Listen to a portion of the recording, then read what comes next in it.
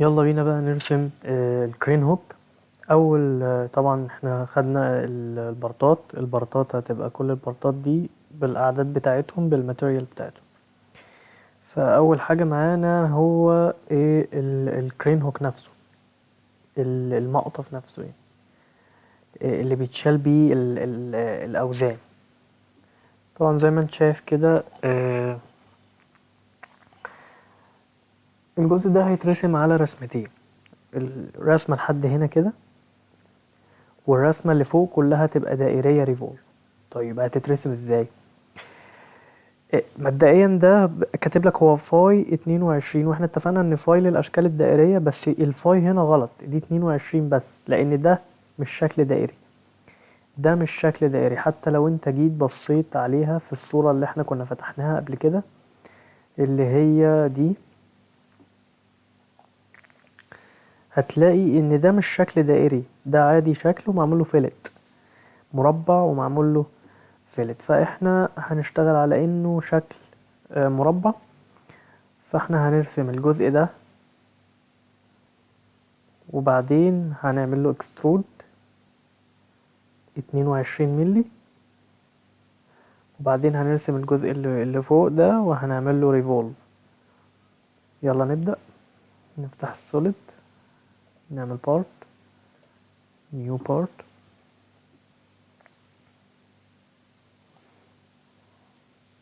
طبعا هرسم على الفرونت، فلما نيجي نفتح الفرونت ونفتح سكتش كالعادة. أول حاجة بس هنعملها هنعمل سنتر لاين كده فيرتيكال طويل شوية،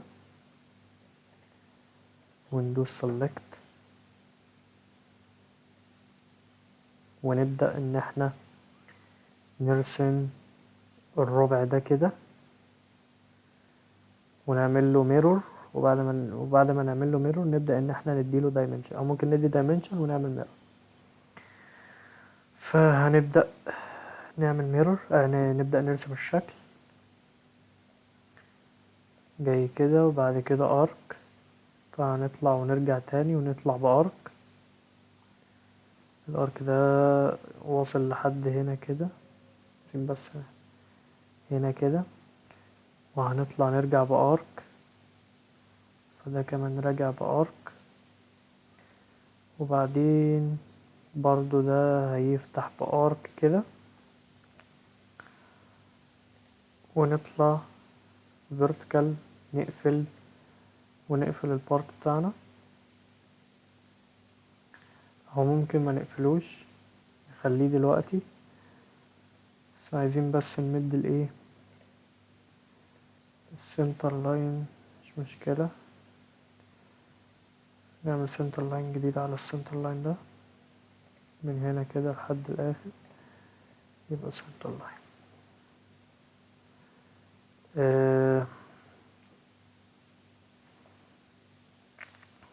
نبدأ ندي دايمنشن،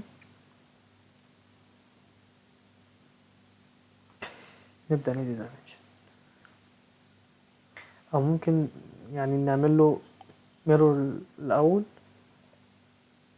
هاخد الانتيتيز دي كلها، حددتها، وهعمل ميرور about السنتر لاين ده كده، تعمل لها ميرور بنفس الابعاد. هدي دايمنشن هنا، هيبقى هو نفس الدايمنشن هنا. فهنبدأ بقى ندي دايمنشن الجزء ده كله 100. وانا لو جيت عملت دخلت سمارت دايمنشن كده، وبدأت ان انا ادي دايمنشن من هنا لهنا، هيدي دايمنشن من السنتر للسنتر، وانا مش عايز كده. طب انا عاوز ايه؟ انا عاوز من التانجنت للتانجنت، المماس للمماس. طب اعملها ازاي؟ وانا بدوس على التانجنت او بدوس على الارك، ادوس شيفت وادوس هنا شيفت، هيجيب لي من التانجنت للتانجنت، يبقى وانا دايس شيفت. تمام. فانا هاخد ده 100،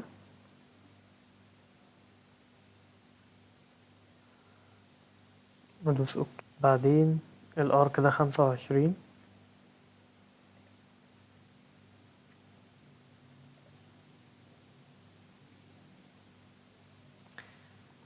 والارك ده 5،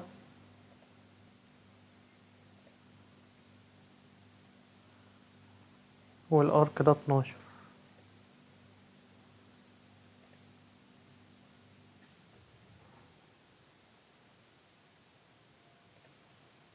الارك ده 12. جميل جدا.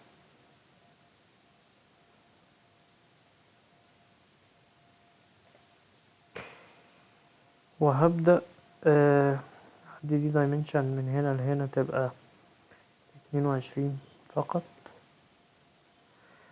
وفي بقى الدايمنشن ده اللي هو من هنا للتانجنت، فانا هاخد من هنا للتانجنت، فهو انا بدوس للتانجنت هدوس شيفت.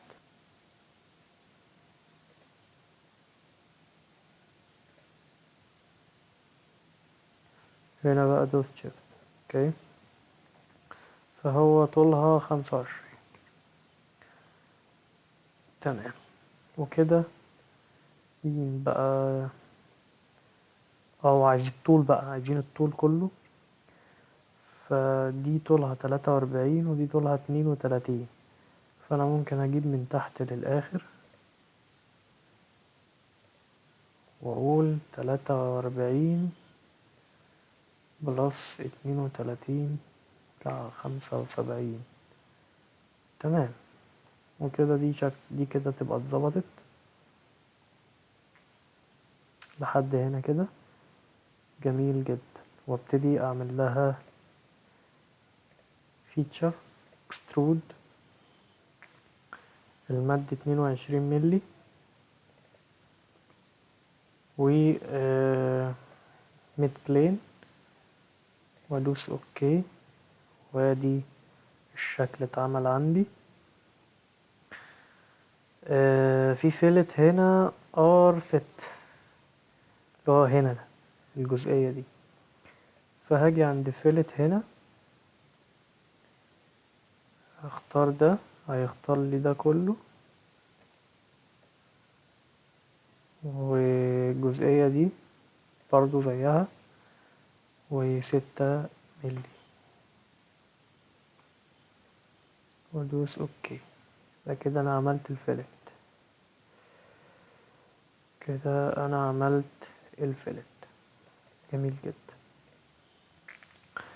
هبدأ ان انا ارسم بقى الجزئية اللي فوق دي. طيب ارسمها ازاي؟ انا عندي دي 30 ملي فاي diameter 30، فهبدأ ان انا هرسم من بره لجوه، هرسم الخطوط دي كلها كده، والحتة دي تقريبا 2 ملي اللي هي الصغيرة دي، وبعد كده في ثريد وفي هنا هول. فواحدة واحدة هنبتدي برضو ان احنا هناخد الوجه ده، او ممكن حتى نرسم في البلين نفسه، ناخد البلين وارسم عليه تاني. وهبتدي ان انا ارسم برضو سنتر لاين من الميد بوينت دي، وابتدي اعمل اللاينز بتاعتي. هاخد من هنا واطلع برا شوية. بعد كده عندي الجزئية من 30 ل20، ومن 20 هقطم شوية، وبعد كده هطلع من 20 ل16 كده مثلا، واطلع شوية فوق، واقوم ايه ضاغط، واقوم قافل ليه؟ لان انا هعمل ريفولف اصلا، فانا مش محتاج ان انا اعمل له ايه، اعمل له ميرور الناحية التانية. فهبدأ ادي الدايمنشن بتاعتي. مثلا انا عندي دي، انا عايز ادي الدايمنشن تبقى ارك، فانا ممكن الغي سمارت دايمنشن واطول الايه السنتر لاين ده شويه، وبعد كده ارجع ادي سمارت دايمنشن واخد الايه، انا عايزه كده كله دايمتر مش ارك، سوري، عايزه دايمتر. فده 30 ملي، ده 20 ملي،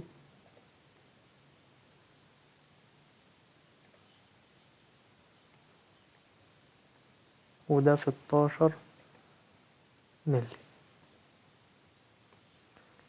طيب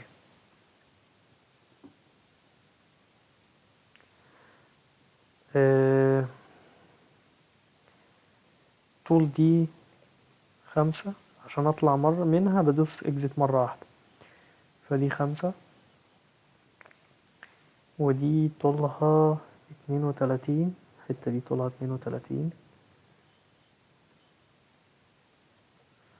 والجزئية دي طولها 16،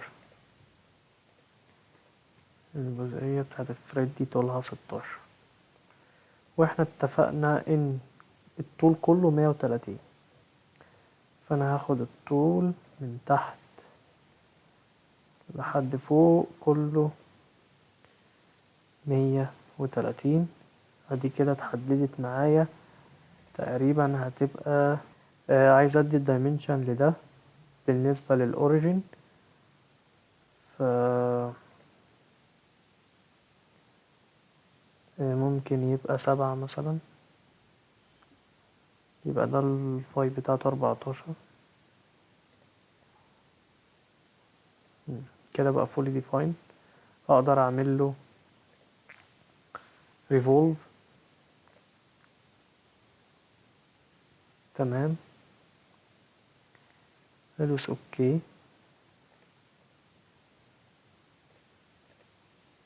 وده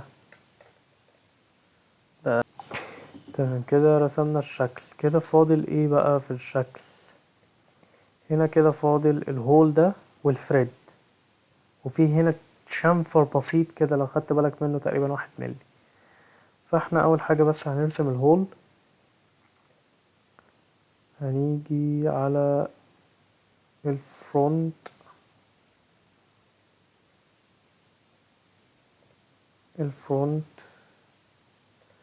هنعمل سنتر لاين كده، سنتر لاين هنا كده، ونبتدي نرسم الدايرة بتاعتنا هنا كده. الدايرة دي عبارة عن 3 ملي. وجودها فين؟ وجودها 7 ملي من فوق، فنديلها دايمنشن 3 ملي. جميل. ونديها دايمنشن من فوق 7 ملي. وبعد كده هنعمل لها extrude cut through all.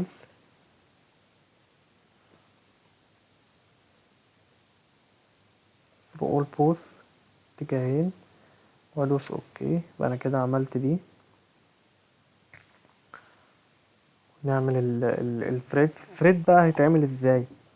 الثريد هتعمله، هتنزل من قائمة insert عند annotation، وهتيجي هنا cosmetic thread. هو ده الثريد المفروض يتعمل على الوجه ده، وهختار الايدج ده. عمل له cosmetic thread هي M16، فهو اختار M16 و up to next لحد الاخر. هو فعلا عايزه لحد الاخر، فهدوس اوكي. تمام، وادي الثريد. طيب الثريد ده ممكن عندك انت ما يظهرش. طب اظهره ازاي؟ بسيطة. هتيجي عند اوبشن، تفتح قائمة اوبشن، هتختار document properties detailing، هتتشيك البوكس ده shaded cosmetic thread. options document properties detailing shaded cosmetic thread. هنتعرض لها كتير مع بعض يعني الفترة اللي جاية، لان بص هتلاقي ده thread، ده thread، ده thread، thread، thread، وفي thread داخلي كمان اهو في النوتس. ففي threads كتير هنتعرض لها، ما تقلقش يعني، هناخدها كذا مرة. بعد كده بقى ممكن نعمل ايه؟ نعمل الشامفر البسيط ده، والشامفر ده 1 ملي. ندوس كده اوكي، وادي الشامفر 1 ملي. وادي يا سيدي الكرين هوك. dimension هو كاتب ان هو ferritic steel، فانا هاجي عند edit material وابتدي اديله. هو stainless steel ممكن اختاره ferritic steel، وادوس apply، وادوس اوكي. وادي الكرين هوك. ابدا اعمل له سيف، اعمل له سيف كرين هوك. في البارتات هتلاقي البارتات اصلا موجوده. تمام، انا سايبها لك كمرجع ليك، وتبتدي ان انت تعمل لها الهوم ورك بتاعك. هيكون ان انت هتعمل لها اسمبلي مع بعض، وتعمل لها بعد كده دروينج، فالبارتات هتلاقيها محفوظة. تمام. تمام. بس فهدوس خلاص. انا كده انا عندي البارت موجود. هنبتدي بقى نرسم البارت الجديد اللي هو رقم 2، اللي هو البليتة دي، السبورت بليت اللي بيتجمع عليها الجزئيات. ودي هتترسم ازاي؟ دي بسيطة جدا وسهلة، زي ما انت شايف كده، هو عبارة عن الشكل ده كله. طيب الشكل ده كله هيترسم ازاي؟ والله هرسم مثلث، والمثلث ده هعمل له فيلت، سكتش فيلت بار 18، وهنرسم 6 دواير، 7 دواير، دايرة كبيرة و3 دواير صغيرين. وهنا بيقولك ان الهولز دي دول 3 هولز diameter 6 equally spaced يعني على مسافات متساوية. والبيت ال البيتش سيركل، والبيتش سيركل diameter 35 ملي. الدايرة اللي عليها الثلاث دوائر دول بتمر بمركزهم، عبارة عن الدايمتر بتاعها 35 ملي، والثيكنس 7 ملي. يعني انا مش هو ليه ثيكنس 7 ملي، وهو مش محتاج ان هو يديني اي فيو تاني. تمام. المادة ايه؟ المادة مايلد ستيل، ممكن نخليها 10-20 ستيل عادي جدا. فنبدأ نشتغل فيه.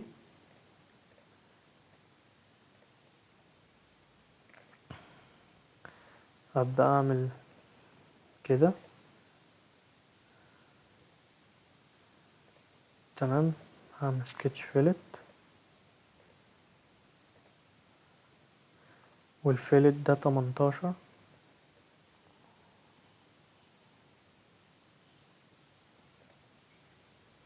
تلاقي كبرت شوية، مفيش مشكلة. انا بس عايز ادي دايمنشن من فوق، وهدوس برضو شيفت عشان يجيب لي الايه، سمارت دايمنشن، وادوس شيفت من فوق. ودي كلها المفروض 115، والعرض من السنتر للسنتر 65. مش هنعملها دلوقتي، بس ممكن نكبرها كده شوية. احنا نكبرها بايدينا شوية. ايوه كده، ممكن كده تكون شكلها اتظبط اكتر. نبدأ بقى نرسم الدوائر بتاعتنا. هاجي عند السنتر ده وارسم دايرة، واجي عند السنتر ده وارسم دايرة، واجي عند السنتر ده وارسم دايرة. جميل جدا. وهاجي هنا في النص وهرسم دايرة كبيرة شوية، وبعدين هاجي ارسم دايرة، ممكن ارسم دايرة فور construction في نفس السنتر، بس هخليها فور construction عشان هرسم عليها 3 دواير. دايرة هنا كده صغيرة، ودايرة هنا كده صغيرة، ودايرة هنا كده صغيرة. انا عندي ال3 دوائر دول كنترول، هدوس كنترول كده. انا حطيت الدايرتين دول، وادي الدايرة التالتة، والتلاتة ايكوال. جميل. نفس النظام ال3 دوائر دول كنترول كنترول، بحددهم وانا دايس كنترول عشان احددهم كلهم. جميل. جميل جدا. ابتدي بقى اشتغل في الدايمنشن بتاعتي. هنجرب نقرب بس كده شوية. ال3 دوائر دول R15، فهبدأ ان انا ادي دايمنشن واحد بس، واقول R15. هي كلهم هيبقوا زي بعض. تمام. تمام. ماشي. دي خلينا ندي بس الصغيرة الأول. الصغيرة الار بتاعتها دي 25، فأنا هدي الدايمنشن دي 25، دي 35. اوكي. الار دي كلهم 6، فأنا هدي دايمنشن لدي 6. جميل. وفي هنا زاوية مع السنتر، فدي هنعملها ازاي؟ هو دي اللي دي تحت. هنعمل سنتر لاين كده vertical، وهنعمل سنتر لاين يمر بالدايرة دي كده. تمام. قبل بقى ما تدي العلاقة هتلغي بس الريليشن دي، وهتلغي الريليشن دي، وهتلغي كمان الريليشن دي لان انا مش عايزه vertical. جميل. والريليشن دي برضو مش عايزة vertical، ولا دي عايزة constant، بس انا عايز ده مع دي constant. تمام. وهبتدي ادي الزاوية بتاعتي قيمة، ودي هخليها 30 درجة كده اتعدلت. تمام جدا. حلو اوي. انا عايز دي على السنتر تحت، فهعمل سنتر كده. السنتر ده هخليه يمر بالدايرة. جميل. يبقى كونستنت بيها، وهبدأ ان انا ادي ده ريليشن اقول له خليك vertical. تمام كده. دي اتظبطت ودي اتظبطت، بقوا equally spaced، والزاوية دي 30 زي ما انا عايز. جميل جدا.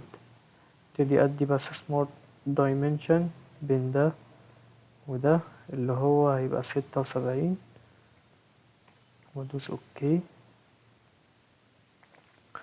في هنا برضو دي غلطة، فانا ممكن اعدلها بريليشن، اخلي البوينت دي مع دي الاتنين vertical على بعض، يبقى كده ده اتظبط. انا عايز دي كمان مع دي كمان يبقوا الاتنين horizontal عشان تظبط. النقطة دي بص، النقطة دي مع النقطة دي انا عايزهم horizontal بس. كده اتظبط. كده دي اتظبطت. تمام. فاضل الدايمنشن ده اللي هو من هنا للسنتر ب32، فانا هديله دايمنشن لحد هنا دي ب32. جميل جدا. ممكن بقى خلاص كده كل الدايمنشن موجودة.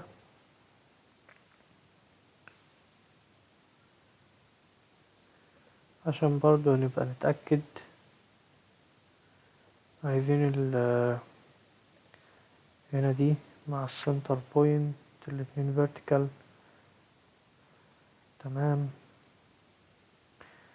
جميل جدا. ممكن برضو اتأكد هنا، اخد ده 3 نقط دول، يبقى دي زاوية 60 عشان يبقى كلهم equally spaced، ابقى متأكد ان هما كلهم equally spaced. هي دي الزاوية الأخيرة يعني اللي عايزاني أعرفها. كده تمام. كده بقى fully defined. أديله بقى الفيتشر بتاعته اللي هي extrude 7 ملي، وأدوس أوكي. ميد بلين، واختار له الماتيريال بتاعته 10-20 ستيل، أدوس أوكي.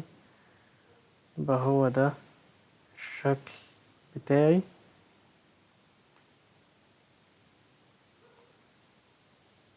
بكل تفاصيله. تعالوا بقى نرسم سوا الهوك انكر. الهوك انكر هنا عبارة عن مربع 46 في 46. تمام. وفي شوية دواير كده، في هول للآخر ده القطر بتاعه 25 ملي، وفي دايرة هتبقى 32 والكبيرة هتبقى 38، عاملة زي سلمة كده، سلمة هطلع عليها. فاهمني؟ طب ده هيترسم ازاي؟ اولا انا هرسم بس ال46 في ال46 عادي، وهعمل لهم اكسترود 22 مللي. ال31 دي اللي هي اللي فوق، اللي هي الحاجات البارزة من الانكر. تعالوا نرسم وانت هتاخد بالك. اول حاجة انا هرسم بس على التوب عشان ارسم المربع ال46 في 46. هطلع بس كده تاني وهرسم على التوب مربع 46 في 46،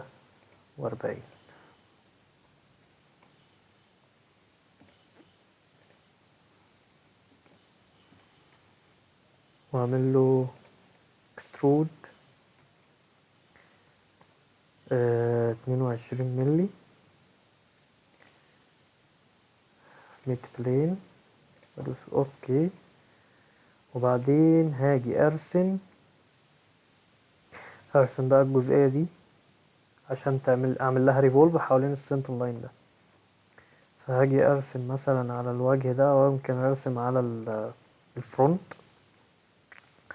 اول حاجة هعملها بس سنتر لاين طويل كده vertical، وهبتدي بقى ارسم الجزئية دي هنا كده مثلا.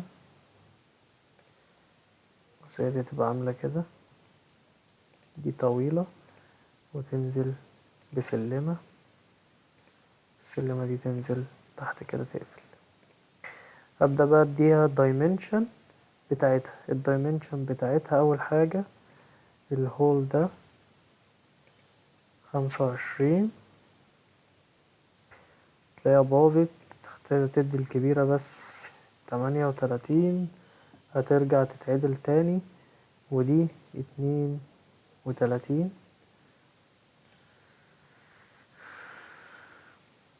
تمام تمام. دي قد دي في النص بالظبط. هو الطول كله عبارة عن 31 ملي، فانت هتيجي من هنا لحد هنا تدي دايمنشن 31 ملي، ودي 3 ملي من هنا. اللي بص السهم من فوق لحد تحت 3 ملي، فطول دي هتبقى 3 ملي. وانت عشان عايز تتأكد انها في النص بالظبط، فانت هتيجي على الميد بوينت، هتيجي تحدد النقطة دي الاوريجين، تحددها كده، وتيجي عند الميد بوينت دي كده. يبقى انت كده حددت البوينت واحد والاوريجين، تخليهم الاتنين هوريزونتال كده. دي بقت في النص بالظبط. جميل جدا، جميل جدا. بعد كده هتعمل له ريفولف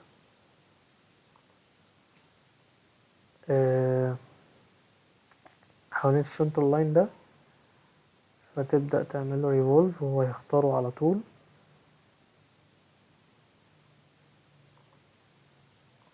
تمام، وهتعمل له ريفولف كده حوالين السنتر لاين ده. جميل جدا. تيجي تبص عليه هتلاقي ده احنا عايزين نعمل له هول، عايزين نعمل هول، فاحنا ممكن نيجي نورمال عليه كده وندوس سكتش ونعمل دايرة بنفس القطر، و نعمل له كات ثرو اول وادوس اوكي. يبقى كده اتعمل له كات. تمام. اجي هنا ابص بصة كده واشوف انا شغال صح ولا غلط. تمام، شغال مظبوط. شكلية ايه، تمام جدا. هنعمل بس فيلت في الحتة دي. هنا في فيلت،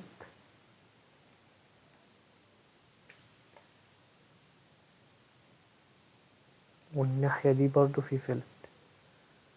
الفيلت ده 3 ملي، وادوس اوكي.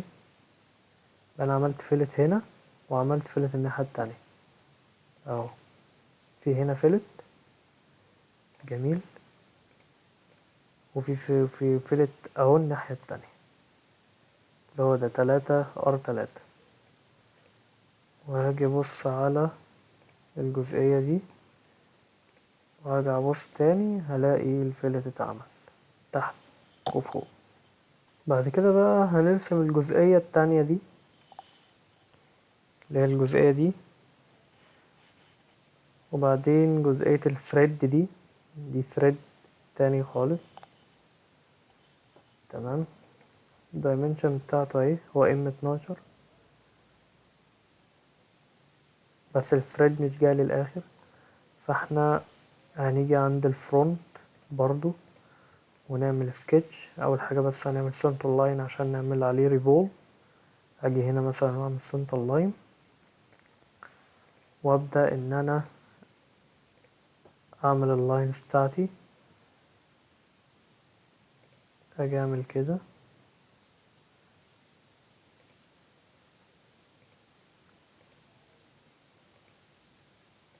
واقفل.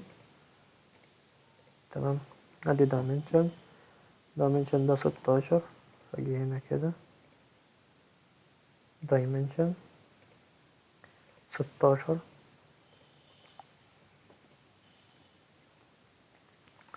وده M12 فده هيبقى 12.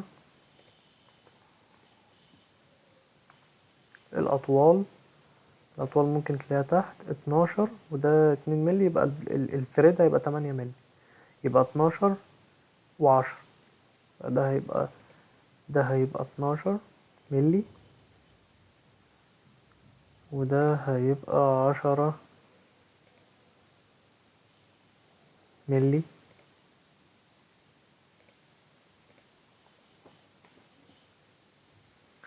جميل جدا. ده بقى اعمله ريفولف حوالين السنتر لاين ده كده، وادوس اوكي.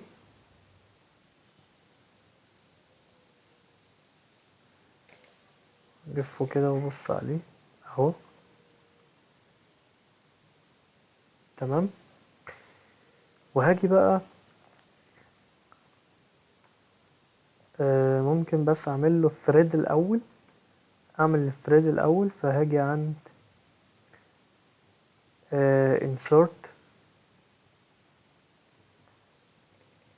insert annotation زي ما اتفقنا cosmetic thread، وهاجي عند الجزئية دي كده M12 20، ولكن مش up to next، انا هعمله blind، وهعمل الثريد هيكون 8 ملي.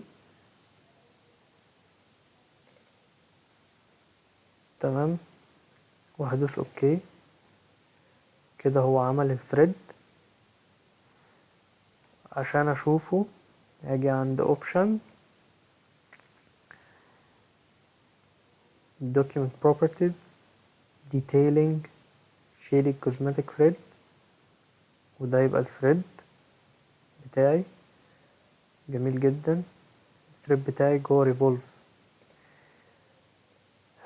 عايز بقى انقل الجزء ده كله الناحية التانية، فبسيطة ممكن اعمل mirror، الميرور فيس او بلين. فانا لما اجي اختار الميرور فيس او بلين هيكون الرايت بلين، عايز انقله الناحية التانية. الفيتشر هختار الريفولف كله، وهختار الكوزماتيك ثريد كمان معاه. هو ريفولف الكوزماتيك ثريد جوه الايه، جوه الريفولف. بس خلاص وادوس اوكي، هتلاقيه اتنقل الناحية التانية عادي جدا. وده كده هيبقى الهوك انكر بتاعي. تمام، تمام جدا. الماتيريال زي ما اتفقنا هنختار الماتيريال كلها اللي هي المايلد ستيل. الهوك انكر كله مايلد ستيل، فهختاره AISI وادوس اوكي كلوز. تمام، التانية.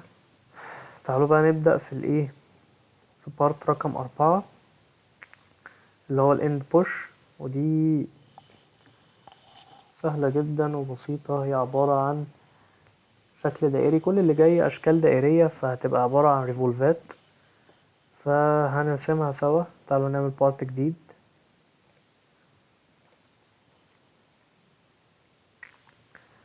هاجي عند مثلا الفرونت وابدأ ارسم الجزء الربع ده واعمل له ريفولف على السنتر لاين ده. فانا اول حاجة هعملها هعمل سنتر لاين كده vertical، وبعدين هبتدي ارسم الجزئية دي. فهي عاملة كده، ادي الجزئية دي كده مظبوطة جدا. ادي dimension بقى،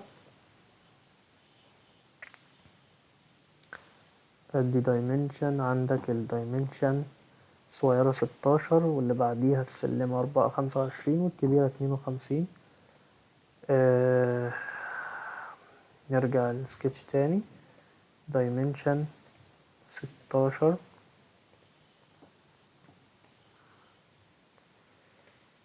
25، 52. جميل. بعد كده ندي أطوال. الجزئية دي 5 والجزئية دي 7، فدي هتبقى 5 ودي هتبقى 7.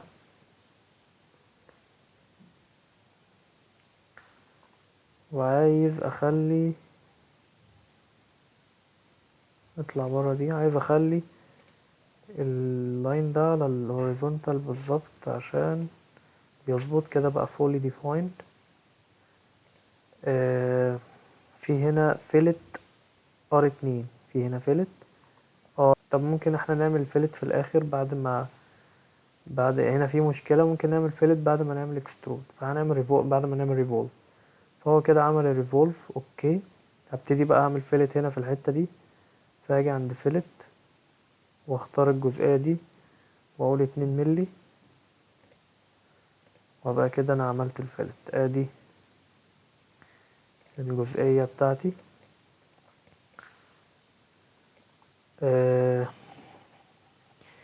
هنا كاتب 3 holes diameter 6، البيتش سيركل diameter 35 ملي. diameter 6، البيتش سيركل diameter 35 ملي. فانا هاجي على الوجه ده،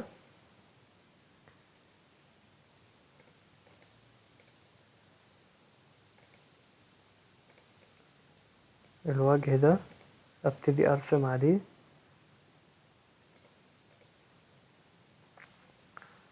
دايرة 35 ملي. اديها dimension 35 ملي فاي، وهبدأ اعمل عليها 3 دواير. تمام، في اي حتة، وابتدي اديها dimension ده هيكون 6 زي ما هو موجود. وهبدأ ان انا اعمل circular pattern. ده البارامتر، وهينزل على الايه، على البارامتر، وهرجع واحدة. يبقى انا كده ايه عملته مظبوط، وادوس اوكي. بس انا عايز اخلي دي هنا فوق كده. فانا هعمل center line هنا كده. تمام، هاجي عند النقطة دي مع النقطة دي، واخليهم مع الخط ده واخليهم constant. وانا كده ايه ظبطتهم. وهخلي النقطة دي مع النقطة دي vertical او horizontal مع بعض. وكده انا ظبطتهم في الشكل، وده هيبقى الشكل بتاعي. تمام.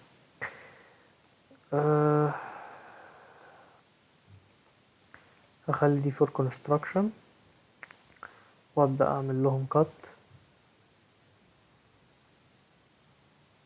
شو all وادوس اوكي. يبقى انا كده عملت الشكل بتاعي اللي هو الاند بوش ماتيريال 10-20 ستيل وادوس كلوز وادي الشكل بتاعي. 5 عبارة عن stud. 5 هو اسمه plate spacer، برضو عبارة عن شكل دائري بيربط بين الاتنين مع بعض. وده هيتعمل بسيط جدا، بسيط وسهل جدا. هنعمله سوا مع بعض اهو. نعمل بارت جديد برضو عبارة عن شكل دائري. هاجي عند الفرونت ارسم سنتر لاين طويل حبة، وبعدين هبدأ ارسم الجزئية بتاعتي.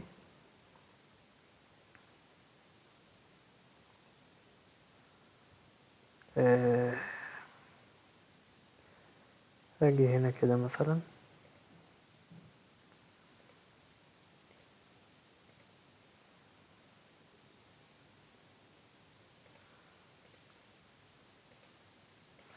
واقفل الشكل.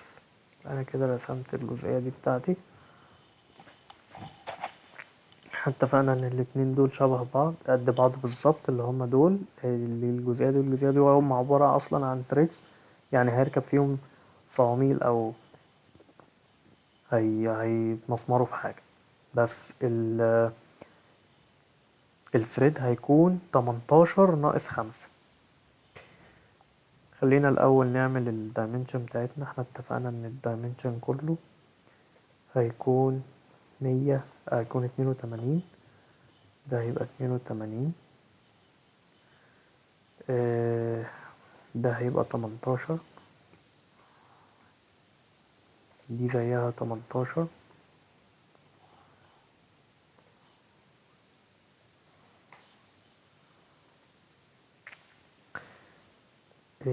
دي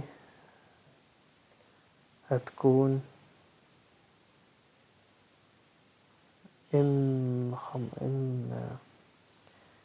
دي هتكون M15. فدي عايزين نعمل سنتر لاين كده صغير بحيث نعمل حوالي الايه الدايمنشن. فدي هتبقى M15. كان ممكن اعمل 7.5 بس يعني دي اريح، دي ابسط كده واريح يعني. والكبيرة دي هتبقى 22. اوكي. دي زيها برضو، دي هتبقى 15. بس وكده الشكل بقى مظبوط.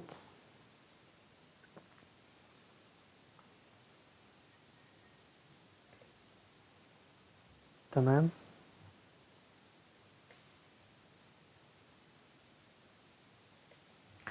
خلي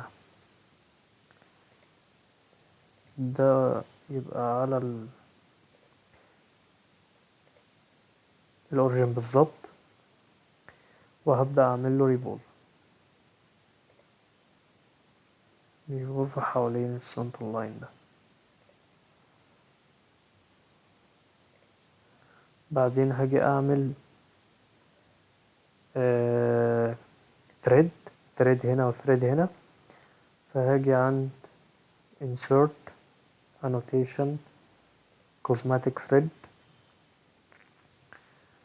هاجي هنا على الثريد الاولاني هنا ايدج 1، وهاخد ايدج 2 كمان. الاتنين ثريد مع بعض M14.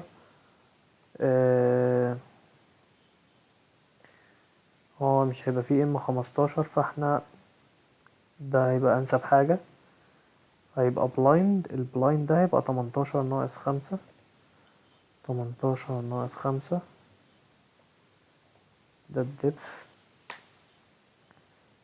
وادوس اوكي. عايز اظهره options docking properties detailing chili cosmetic shades وادوس اوكي. المفروض التاني يعني المفروض التاني ظهر. تعال نظبط الماتيريال.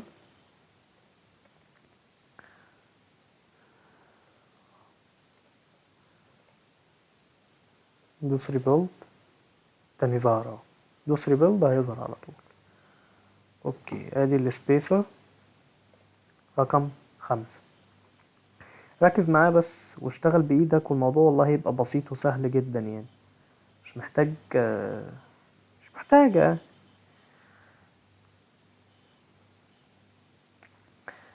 تعالوا بقى نبص على رقم 6 اللي هي البوش. برضو شكل دائري بسيط سهل، هيتعمل بكل سهولة. خلي بالك ال20 دي هول مكملة للآخر.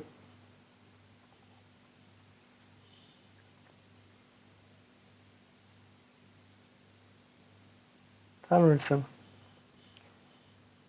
هنفتح بارت جديد، هنيجي عند فرونت، هنرسم سنتر لاين. خلاص الموضوع بقى بسيط، عملناه كذا مرة. هنيجي نرسم هنا اللاين صغير كده، يطلع كده.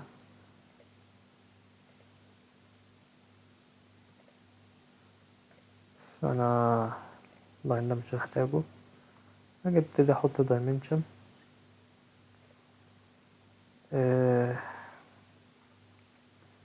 احنا قلنا الهول هيبقى 20، اللي بعده ده هيكون 25، وده هيكون 30، ودي هتكون 3 ملي،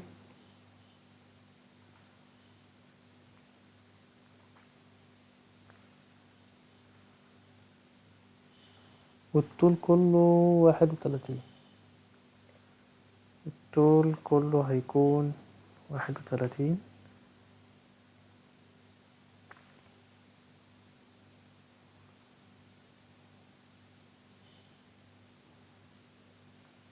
كل الدايمنشن اتحطت.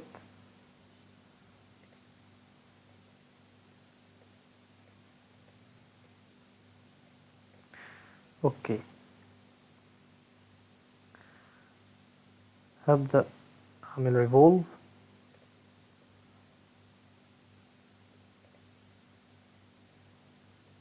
دي بقت الاند بوش، دوس اوكي.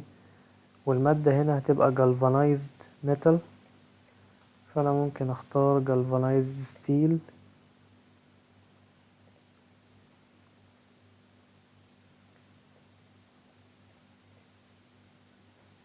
galvanized steel وادوس دي هيبقى شكلها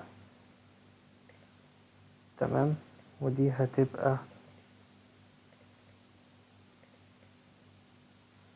الاند بوش بتاعتي، البوش بتاعتي. بعد كده انا عندي 3 لوك نط، واحدة ووشر، وبعد كده البولت والنط M6. دي هتبقى في الايه، في التجميع من اللايبراري هننزلها، انا هعمل لكم فيديو للتجميع تمام. فانا عندي هنا 3 لوك نط. ال3 لوك نط دول انا ممكن انزلهم بكونفيجريشن، يعني اشتغل بكونفيجريشن، او ممكن اعمل واحدة وابتدي اعدل في يعني واحفظها وابتدي اعدل في الدايمنشن بتاعتها واعمل لها سيف اس بصيغة تانية. يعني هعمل 2 فايل، انا مجرد بعدل بس على الدايمنشن. بس خلي بالك احنا هنعمل ثريد داخلي تمام، هنبتدي نعمل ثريد داخلي. طيب هنعملها ازاي؟ والله هو الموضوع بسيط وسهل جدا. انت هترسم الشكل ده وهترسم الهول ده وتعمل له اكسترود 8 مللي بس كده. شفت الموضوع سهل ازاي؟ الموضوع سهل وبسيط جدا. هتعمل له اكسترود 8 مللي، وخلي بالك فيه هنا تشامفر. التشامفر ده ممكن يبقى 2 مللي مثلا تمام. دي النقطة التانية، في ثريد جوه. ثريد ده M12، اي ام يبقى فيه ثريد، اي ام يبقى فيه ثريد. طب تعالى نرسم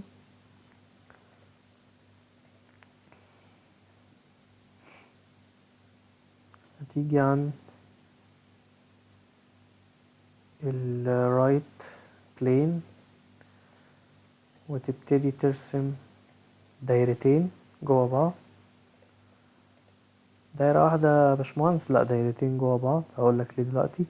الدايرة الكبيرة 25 والدايرة الصغيرة 12، فهديهم دايمنشن. الدايرة الكبيرة 25 والدايرة الصغيرة 12.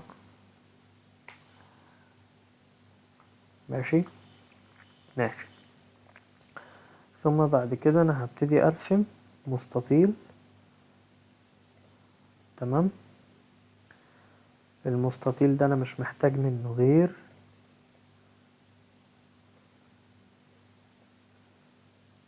الجزئية دي بس. شفت انا عملت ترم ازاي؟ اشطر منك انا. وابتدي ان انا ادي دايمنشن، ودي عبارة عن 2 ملي، ومن هنا لهنا هتبقى 4 ملي. وانا عايز ال دي مع الميد بوينت فيرتيكال، يبقى انا كده دي اتظبطت. حلو. وبعد كده هعمل لها circular pattern، circular sketch pattern، وهاخد الجزئية دي مع الجزئية دي مع الجزئية دي، دول 3 هيتعملوا 4 equally spaced. تمام. وادوس اوكي. هاجي عند تريم، انا مش محتاج ده، مش محتاج ده، مش محتاج ده، بس كده. وادوس اوكي. جميل. انا كده رسمت الاند، كده رسمت الايه، الشكل. رسمت الشكل بتاعت اللوك نوت. هبتدي اعمل لها اكسترود، والاكسترود هيكون ب8 ملي. وادوس 8 ملي. ال8 ملي دي هتبقى ميد بلين عادي، انا بحبها ميد بلين. تمام. وهاجي عند وش من الوشوش هنا كده مثلا، وادوس اعمل تشامفر. هنا كده، هنا وهنا وهنا وهنا، والتشامفر فوق بس. والتشامفر ده عبارة عن 2 ملي كده. وادوس اوكي. ادي اللوك نوت بتاعتي. انا شايف ان التشامفر ده كبير شوية، صح؟ ولا انتوا شايفين ايه؟ ممكن نخليه 1 ملي. ممكن نخلي التشامفر 1 ملي، واحد بس، يبقى شكله احلى اشيك. وادوس اوكي. يبقى ادي اللوك نوت بتاعتي. تعالوا بقى نعمل الثريد بتاعنا. هاجي عند insert annotation cosmetic thread، وهاخد الجزئية دي thread وهي M12. انا محتاجه M12. طيب انا عايز throw. انا مش عندي هنا M12،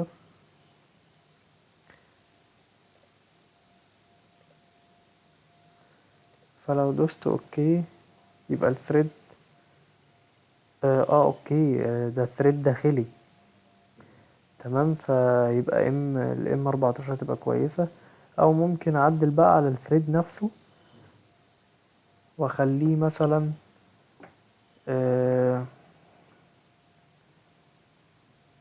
13.5. مش تفرق كتير قوي.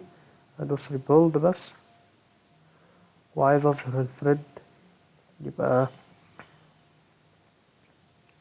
options properties detailing shady cosmetic thread. ادوس اوكي. يبقى انا كده كمان اظهرت الثريد. طبعا هتبقى الماتيريال ستيل وش من غير اي كلام. هدوس 10-20 اللي احنا بنختارها على طول، وادوس اوكي. يبقى انا كده رسمت اللوك نوت الاولانيه. ممكن اعمل لها سيف. تمام. وبعد ما اعمل لها سيف ابتدي اعدل في الدايمنشن. يعني انا عندي اهو الدايمنشن بتاع الثريد. ابتدي اعدل في الدايمنشنز دي كلها. يعني هنا مثلا 27 و15، فانا هنا مثلا دي هتبقى 27 وهنا دي 15. تمام. دول زي ما هما بس، وكمان هنا ده هيبقى 7، ده هيبقى 7، والدايمنشن ده بقى دي 15، فانا دي هتكبر شوية، دي هتكبر شوية، هتبقى مثلا 16.5، وادوس اوكي. هدوس ريبيلد هلاقيها اتعدلت، هتلاقي كل الدايمنشن اتعدلت. بعد ما اعدلها اقوم دايس على فايل سيف از واحفظه فايل جديد بلوك نوت 8. تمام. او ممكن بقى نعمل حركة جديدة، افتح الفايل ده اسمها configuration manager. تمام. وهاجي عند default كليك جديدة، هاجي هنا عند بارت 5 وادوس كليك جديدة واعمل add configuration واكتب هنا look not 7 لان دي 8، فانا هعمل 7 القديمة هعملها. الديفولت دي انا ممكن اغير اسمها واكتب look not 8. اجي عند look not 7 دي ابتدي اعدل بقى في الدايمنشن. القديمة كانت 25، بس قبل ما تدوس اوكي هتيجي عند هنا وتكتب this configuration، هتيجي عند السهم ده للconfiguration دي، انا مش عايزها للall configuration، انا عايز للconfiguration دي، وادوس اوكي. هاجي عند دي اخليها 12، وبرضو ما تنساش تعمل this configuration وادوس اوكي. دي هتبقى 8 this configuration اوكي. تمام. الثريد هيكون 13.5 عشان هو كان 12، وبرضو this configuration عشان تتعدل في الكونفيجريشن دي بس، هدوس rebuild هتظهر لي الكونفيجريشن دي بس. تمام. يبقى دي اللوك نوت 7. لوك نوت 8 هي الكونفيجريشن الجديدة او القديمة بقى. طيب عايز اعمل كونفيجريشن تانية، هدوس add وهقول look not 9، وابتدي اعدل في الدايمنشن بتاعتها على حسب الدايمنشن الجديدة. الدايمنشن الجديدة هتكون 30 و16، فدي تبقى 30، وما تنساش تعمل this configuration 16 this configuration 16 مش 15. تمام.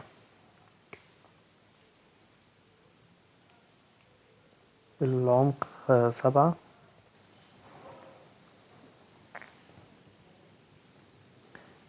هنيجي بقى ممكن نعمل edit future، وال هيبقى 15 look not 9 for this configuration، وادوس اوكي عشان لو حبيت تعدلها من ايه من هنا. برضه انا عايز اعدل في السكتش، فاحنا ممكن نعدل في السكتش edit sketch واخلي دي 16 مثلا، اخلي دي 16. لو انت حبيت بقى تعدل في الايه في السكتش for this configuration وادوس اوكي. تمام. وهخرج من السكتش هتتعدل على طول. تمام. لما تيجي عند اللوك نوت، تيجي عند الكوزماتيك ثريد وتعمل edit future. لو انت عايز تعدل من ايه، لو انت عايز تعدل من البارت نفسه، تمام، او من التري نفسها، وهدوس اوكي for this configuration وهتبقى اتعدلت. ولكن في هنا هول. طيب الهول ده انا عايز ارسمه هنا كده في الجزئية دي كده. الهول ده عبارة عن 3 ملي فوق يعني تقريبا 8 و7 تقريبا يعني. فاحنا ممكن نرسمه 8 و7. يبقى هنرسم مثلا هنا سكتش، ارسم سنتر لاين هنا كده في النص، وبعدين هرسم عليه دايرة. الدايرة دي عبارة عن 3 ملي هول، 3 ملي بعدها من هنا هيكون 8 for this configuration. 8 و7. اوكي شكلها كده كويس. بس وهعمل extrude through all both. هيقطع فيها كلها، بس وقطع فيها كلها. وادي الدايرة بتاعتي، اللوك نوت بتاعتي. تمام تمام، معمول لها تشامفر زي بقية اخواتها. ولو جيت عند الكونفيجريشن هتلاقي اللوك نوت دي غير اللوك نوت دي غير اللوك نوت دي، وكلهم بالدايمنشنز بتاعتهم. تمام.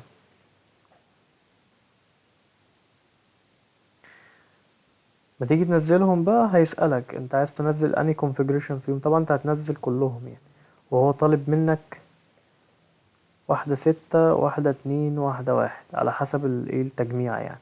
الوشر دي برضو سهلة جدا، حاجة بسيطة هتترسم. هنرسم بارت جديد وهنعمل مثلا في الفرونت عبارة عن دايرتين وهنعمل لهم اكسترود. حاجة بسيطة جدا يعني، مش محتاجة شغل كتير. احنا ممكن بس نسينا بس نحط الدايمنشن، فهنرجع نحط دايمنشن. الدايمنشن ده عبارة عن 17 ملي، والدايمنشن التاني عبارة عن 30 ملي بس. وهتبدأ تعمل لهم اكسترود 3 ملي 3 ملي ميد بلين بس. وادي الوش يا سيدي. طبعا هتديها دايمنشن، هتديها ماتيريال ستيل. اوكي دي الوش.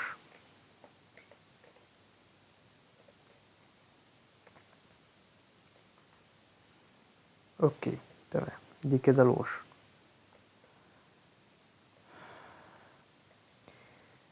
ده بالنسبة للايه، للبارتات. انتوا المفروض بعد ما ترسموا البارتات دي معايا هتعملوا لها انتوا تجميع. تمام. بس انا هعمل لكم فيديو تجميع، وان شاء الله هعمل لكم فيديو الدروينج. ولكن انتوا المفروض تشتغلوا الاول لوحدكم في التجميع وفي الدروينج. البارتات انا سايبها لك، انزلها لك واشتغل عليها عادي جدا. تمام. بس اتمنى تكون هو سيشن دسمة شوية النهاردة، ولكن اتمنى تكون الدنيا بسيطة وسهلة، وتكونوا استوعبتوا البارتات وعرفتوا الكرين هوك ده بيعمل ايه. احنا عرفنا في الاول، وعرفنا البارتات بتترسم ازاي والثريدز بتترسم ازاي، ولو انت عندك مشكلة الكونفيجريشن بتتعمل ازاي، وهكذا. مع السلامة.